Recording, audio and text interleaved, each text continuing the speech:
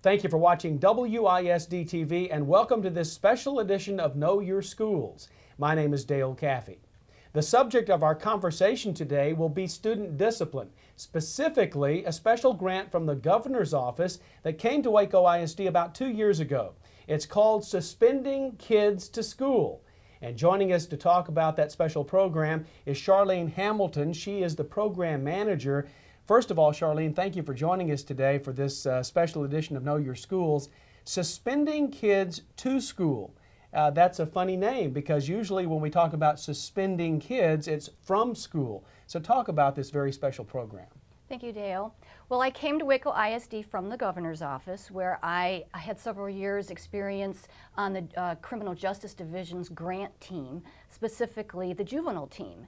And we were looking to roll out a pilot program at a local state ISD where we could address the number of high tickets and high referrals that students were receiving, along with the high placement numbers at the alternative schools. Mm-hmm. We wanted what we call a progressive sanction tiered program because a lot of our ISDs across the state are dealing with a very zero tolerance culture where discipline is concerned in our schools. And that is a very punitive culture. We were looking for something that was more what we call restorative justice, where if a student offends, he has an opportunity to make amends with the victim and learn skills so that he doesn't reoffend again. We pulled a lot of data, looked at a lot of ISDs across the state, and we approached Waco because Waco had students that had received discipline incidents 2 times the state average. So we came up and visited with Dr. Kane and Chief of Police Ken Boatman, and along with a lot of community stakeholders to see if they would be interested in rolling out the program, and they were very interested. And when they got to the point where they needed a program manager, I decided to make the commitment to come here and be the boots on the ground and oversee the program. So Suspending Kids to School is designed specifically to keep kids in their classroom where they can continue to receive their education and not put them in school suspension, out of school suspension, or alternative school. Right. And you mentioned also reducing the number of citations that police write to students. That was happening here quite a bit prior to this program. We've been looking for ways to cut that down and to basically put discipline back more into the hands of a principal or administrator, assistant principal, rather than into the police's hands. That's absolutely right. Through very good classroom management and administrative management, a lot of these Class C misdemeanor, disorderly conduct kind of incidents can be taken care of at the school level without ever having to have a school resource officer involved. Now, we absolutely need our school resource officers. There are mandatory incidents that happen that are considered mandatory placement or mandatory ticketing. We're not dealing with those issues. We're dealing with the discretionary, right, where student code of conduct is violated. Very good. Let's talk about the umbrella, Suspending Kids to School, and what lies under that umbrella. There are 4 key programs, one of which is Safe School Ambassadors, which Waco ISD started using about 5 or 6 years ago, but it fits perfectly in this program. So talk about the first program under the umbrella, Safe School Ambassadors. Okay. As I said, this is a tiered sanction approach. So there are 4 programs under this initiative. We wanted to attack our problem on 3 fronts: preventative, intervention, and triage. So under preventative, we're looking for a program that is going to prevent incidents from happening, prevent conflict from ensuing. We already, as you mentioned, had Safe School Ambassadors in place, and that is exactly what Safe School Ambassadors does. We identify students on each campus, and by the way, I should mention, we are only rolling this out on secondary campuses. So we are not in the elementary schools, we're in the middle schools and the high schools. Safe School Ambassadors identify students chosen by faculty that are what we call the alpha leaders of their group at school or their clique at school. Mm-hmm. These are kids that other kids look up to, react to, listen to, and they are trained to be eyes and ears for us during the day and to intervene if perhaps they see bullying happening, where they would approach the student and redirect them. Hey, maybe let's leave him alone, let's step away. And throughout the course of the year, they meet with family groups and they discuss what they've seen, and they've discussed how they can do a better job at taking care of these conflicts. Now, they don't intervene in physical incidents. This is mostly verbal, bullying, put downs, if they see vandalism happening, that sort of thing. Right. It's been a wonderful program. Very good. Of course, the second program is peer mediation, okay? Explain to our viewers at home what peer mediation is. Okay, so now we move into our intervention stage. This is when a conflict is actually getting ready to ensue. We have two kids that are not getting along, or perhaps we have a teacher who is having issues with a student in his or her classroom, or a student that's having problems with a teacher. We want to mediate that situation so that it doesn't come to blows, so to speak. Right. Peer mediation is a very anonymous type of program. We select, again, students.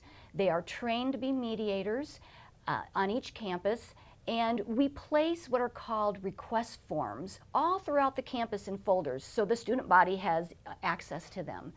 A student will take a request form, he will write down, my name is so-and-so, I'm having an issue with so-and-so, I would like a mediation. It goes into a secret drop box that is positioned either outside the office, maybe outside the counseling area, and we have a coordinator on staff that picks up those sheets once a day to see if she has any conflicts ensuing, any mediations needed. And she will match that student with two peer mediators that match those characteristics. For example, if we have a boy and a girl who are having an issue and they're ninth graders, we will go to our mediation team and we will select a boy and a girl that are ninth graders, because these type of students can relate to each other. They go in a very private room. There are no adults in the room. And the adult sits outside the door within earshot, just in case we have an issue. And these student mediators are wonderful. They know exactly what to do. They walk through the steps.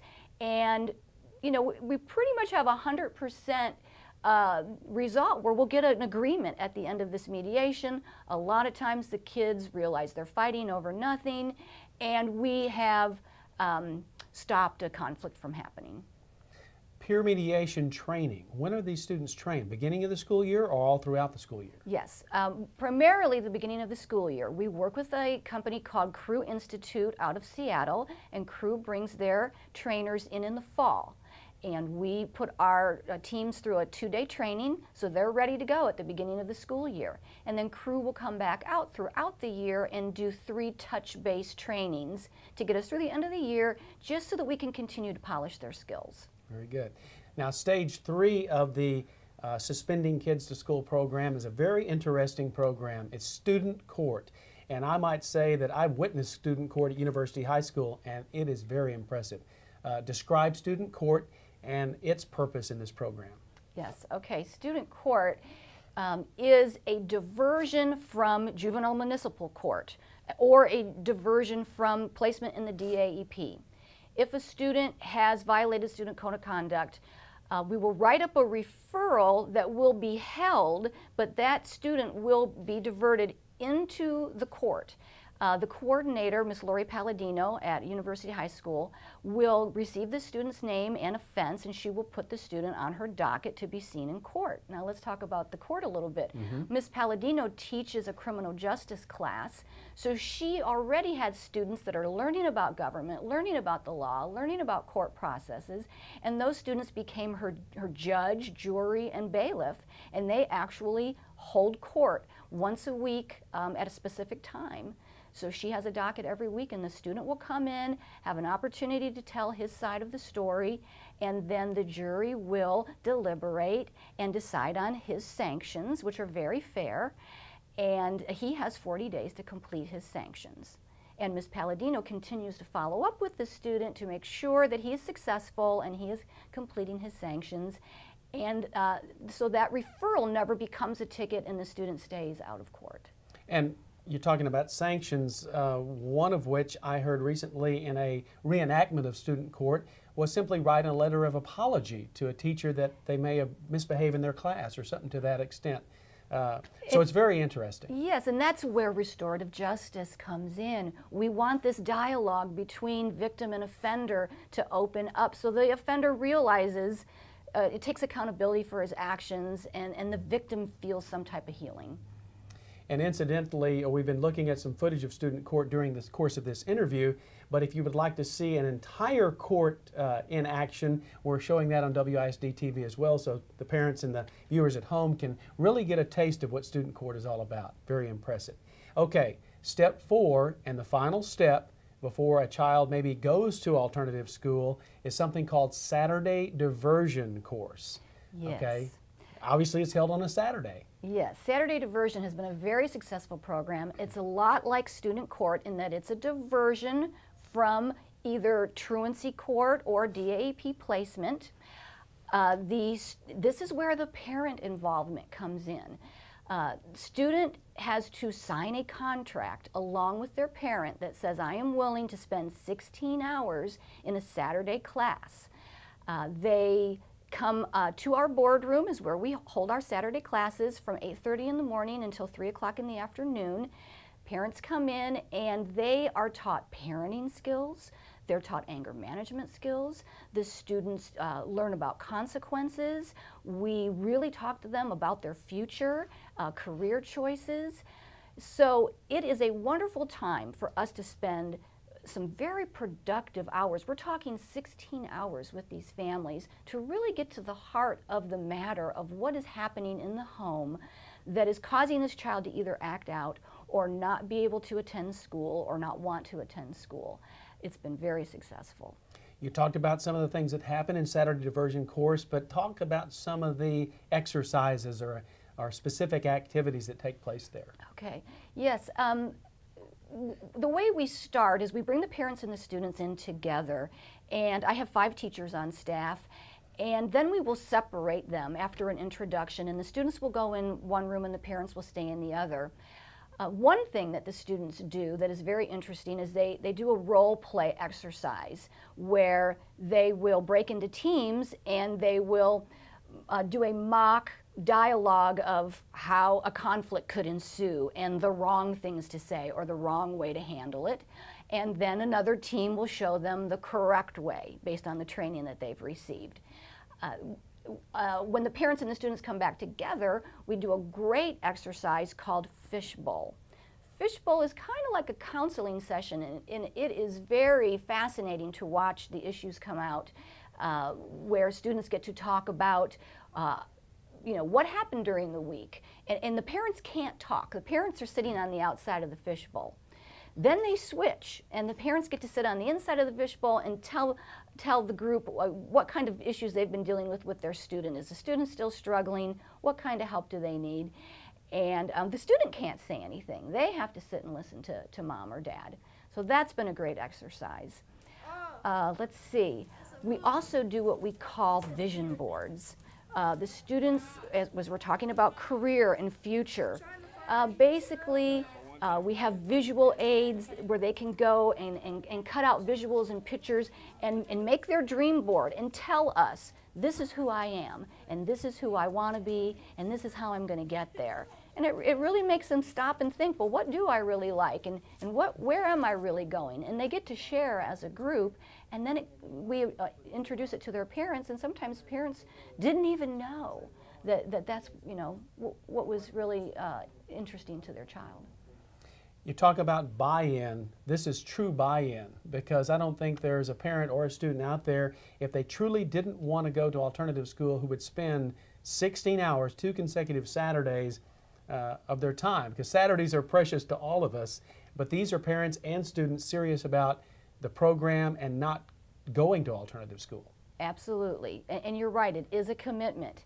And they're not happy about it. I mean, it's interesting to watch when they come in. There's a lot of friction, there's a lot of conflict, but after 2 weeks, they walk out with a lot of hope, and they've realized they're glad that they came because they did learn a lot of skills, and now they have a direction to move with this child. We get a lot of kids from the truancy court as well, because it is a diversion from truancy court, and that's a financial savings. If you come into the diversion class, you don't have to go to court and pay $85 court costs and a $100 fine, which is pretty standard. You don't have to take off work and so forth. So it's been a great alternative for parents and students. And it's a plus because it's parental involvement, something we're always seeking to increase, and really helping them with parenting skills. And I think you mentioned that. Yes, it makes such a difference in the outcome and whether the student is going to re-offend again when the parent is very involved. And I can't stress enough, 16 hours is more time than a lot of these families are ever going to be able to get from their school district. So you can do a lot of good work in 16 hours. Now, there's more people involved besides just the governor's office and Waco ISD. There are some partners involved in this process. Can you talk about some of those partners? Absolutely.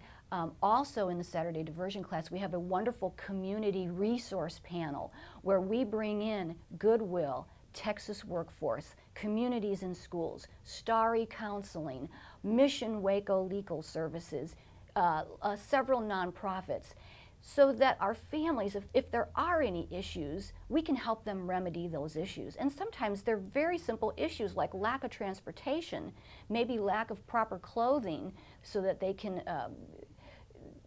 be in dress code at school. So our community really stepped up and really wanted to be involved.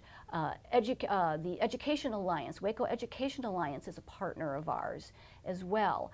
And then again, Judge Villarreal at our truancy court, he came to us very early on and said, I need a tool. I need a place to divert these families where they can get some skills so I don't continue to see the same families coming through my court. We talked early on about the goals of this program. Number one is reducing the number of students that go to alternative school, and the other major goal is reducing the number of citations, those Class C misdemeanors that are given to students. Obvious question, are we reaching those goals? We are. We've seen great results, even in year one.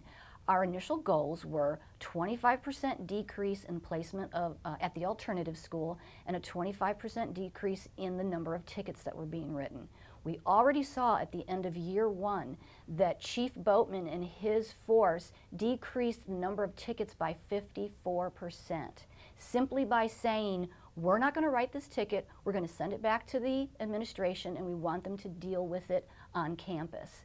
So those are wonderful results. This is a 2-year grant program. We are in year 2 now. We will have our data soon. I feel very, very strong about that. I'll give you some other numbers.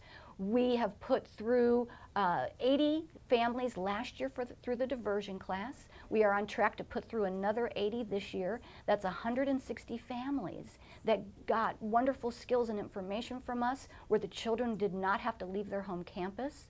We do on average 40 mediations a month at our campuses. So at the end of the year, typically we could have well over 300 to 400 mediations done. Those are conflicts that didn't happen because we taught these children conflict resolution skills, which is a lifetime skill for these kids to take into their adult life. So we're seeing some really great numbers.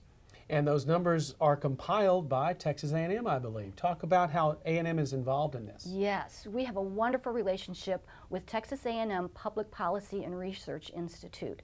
Dr. Dottie Carmichael and her staff collect our data for us, and they are compiling our data into a report after 2 years that will be submitted to the Texas legislature, so that our state lawmakers can see the kind of results we have when they're discussing what kind of laws and policies to put in place for the remainder of the state.